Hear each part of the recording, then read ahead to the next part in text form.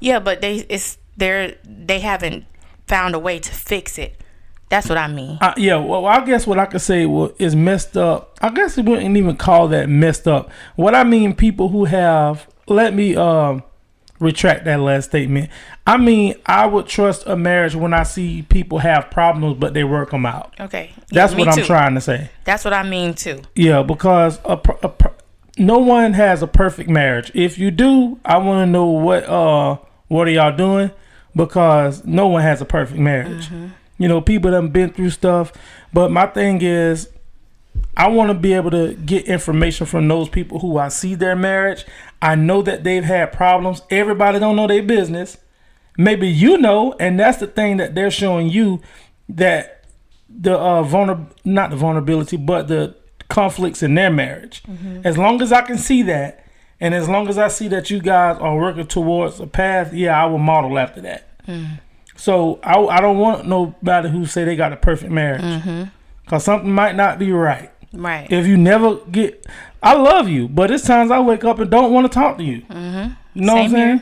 It's times I just go and do my own thing and get outside. Mm-hmm. You know what I'm saying? Now Saturday wasn't one of those times. I just got up. I didn't want to bother you, because I did leave Saturday. Remember I went to the Goodwill. Mm-hmm. Yeah. I wasn't mad at you that day, but you know. So I shy up a quick unit, y'all. She tried. But people do want to help you. People are genuinely willing to help, and you have to just know some people are nosy. Mm-hmm. But I have invited several people. Hey, you know, y'all ever want to talk? We here. You ain't got to worry about us saying nothing to nobody. Yeah. Oh, you got so quiet? Nah, I just was still shooting you a unit. That's all. I love you though. Uh-huh. Hot peanuts don't mess my throat up. Sinead, them drink your water, honey. Ain't got that much more left.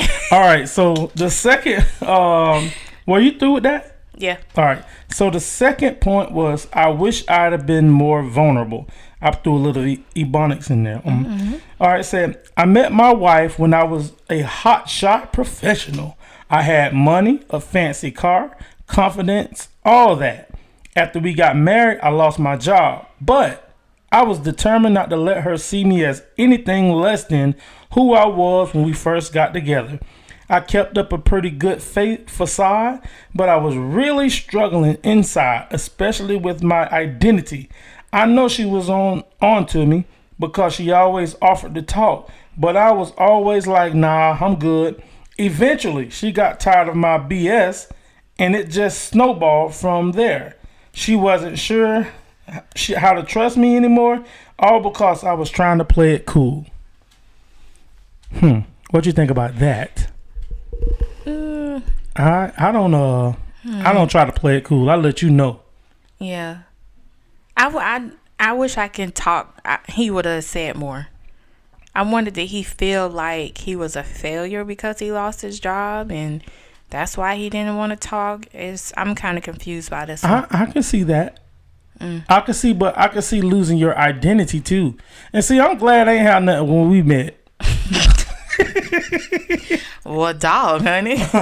You know, I had some good credit, you know, but I'm glad that I didn't have all of this stuff, because you think about it. What you always talk about when you take an athlete or something and they be with this one girl, but as soon as they get money, they leave and get something else. You know, so I think that, like he said, he's struggling with his identity. And I think his identity was lost in his stuff. When he lost his job, and all his material things. But it didn't seem like she was there for that. Yeah. That's why I say it's so much into this story. No, well, give me some of that. So many questions. Like what? What's some of the questions?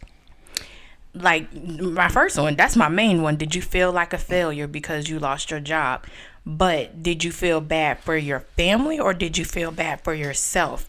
Because in the beginning, he said that he was a hot shot professional.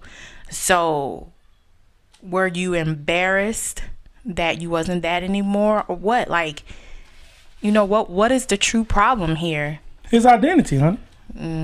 That's basically what it boils down to. I don't think that he really understood who he was, and it's not pointing fingers. This is just my observation. I don't think he really knew who he was without that stuff.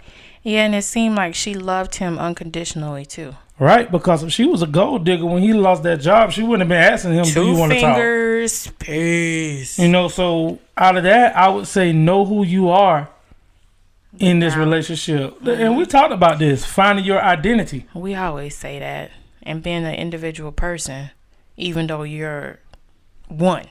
Right, but it also seemed like to me that he had some deep issues from childhood or whatever, because he didn't talk. He closed up when she offered him to talk. So, like, for me, being vulnerable is not an issue. It seemed like you're rare. I think I knew men who talk. Oh, okay. I don't know if they express it the way I do, but me, I meet it head on. I'm gonna let you know. But it's times that I sit back and see if you paying attention to me. I think in this article, these 11 men became more vulnerable. Why you say that? Because they're speaking. I think they've learned from the situation. They learned too late.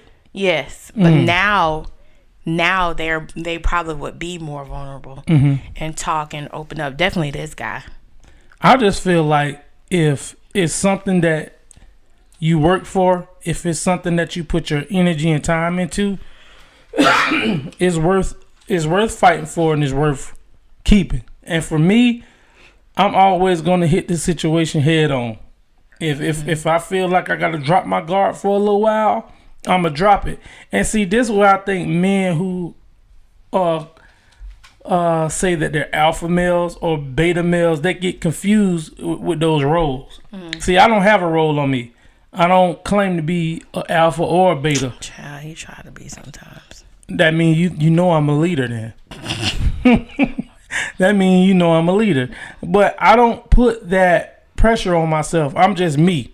I'm going to deal with the situation however I feel it needs to be dealt with. If I feel like I need to be stern with you, woman, I'm going to be stern. See, that ain't going to get you nowhere calling me a woman. Hey, well, what you want me to call you, a man? No, you call me by my name. Are you a woman?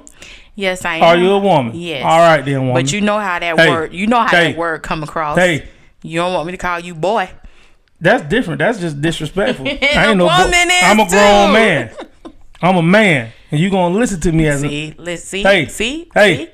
This is what caused people to get cut. I ain't worrying about that. I'm glad it's on air, so y'all can be my witness if something happens. If I ever come out cut, episode 53, she threatened. Nah, he did it outside in the yard. Y'all remember that?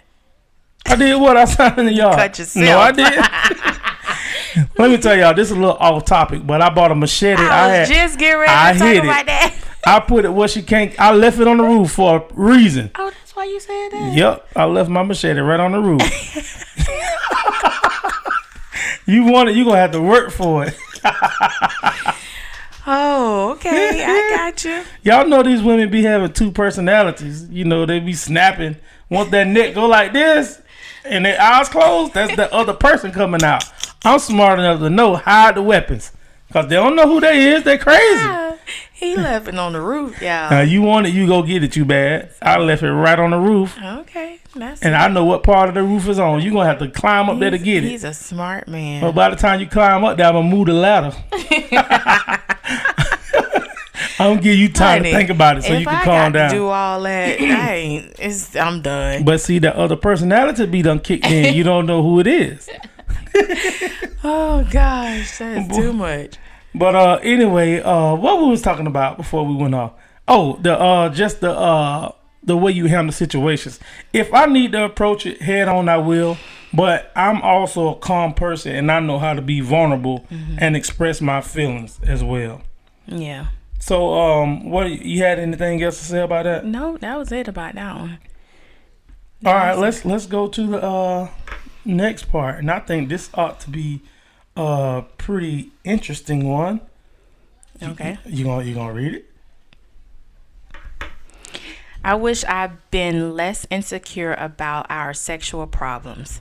Our sexual life was degraded horribly after we had kids. It was just non existent. For a while, neither of us talked about it, even though we both knew. And then one day, she finally brought it up. Part of me was actually glad she did, like it was out in the open now. But then we started talking about how to fix it, and I got offended and insecure. I hated the idea of my masculinity coming from a bottle. That's really what did it for me. Not the fact that I wouldn't try and fix the problem, but the fact that I wasn't willing to try for her or for us. That kind of threw me for a loop. I was like, what do you mean by the bottle? But I guess he took pills. Now, what you say about this? We talked about this. We talked somewhat about this last episode about how kids can interfere sometimes, and we have to make sure we have that balance, because he said after kids, it just went left. It was basically non-existent, and I think we have to be careful. Have to be very, very careful, because that can break a lot, and it seemed like that broke them. And it seemed like it got so bad where he needed help. I think when he said his masculinity coming from a bottle, and let's put this out here and listen. Let's get into this, because sex could be an issue. Sex is an issue, and what I think women, all right, I'm gonna say women. I'm gonna generalize. So you correct me when I'm wrong. I think women do not understand the importance how important it is for a man to have sex. I agree, because I didn't at first. I don't think they understand. Like women say that men want sex all of the time, which is probably pretty much true. But our drive is different than y'all's. But I think a lot of times it's looked at as if the man have a high sex drive, that he just wants sex all the time. Okay. But at the same time, I don't feel like most men will disrespect their wives. You know what I'm saying? So it's like, yeah, I have a high sex drive. I have to release. And we don't talk about this before. It's 3 ways you're going to release. You're either going to have sex. You're going to have, and I want y'all, if kids around, this part right here is going to be real. You're going to have sex. You're going to masturbate, or you're going to release in your sleep. Now, let's talk about this. If you're not giving a man sex, would you be mad if your man have a wet dream? Tell the truth. Will women be offended if a man have a wet dream? I don't know. Some probably would. Some probably wouldn't. And we're not trying to be vulgar, but it's just being real. I know the fact what people said that their wives got mad because they had a wet dream. He had to release. It's gonna release. Then if you're getting denied sex, that's when the other stuff come in, which could lead to be a problem. Masturbation. I know it was one guy. He was telling me that he got they got married, and I think this was like one of those weddings was just, they shouldn't have been married anyway. But he said that they went to get married. They got drunk on their honeymoon, and she didn't give him none on their wedding night. So what he did? You know, he rubbed it out.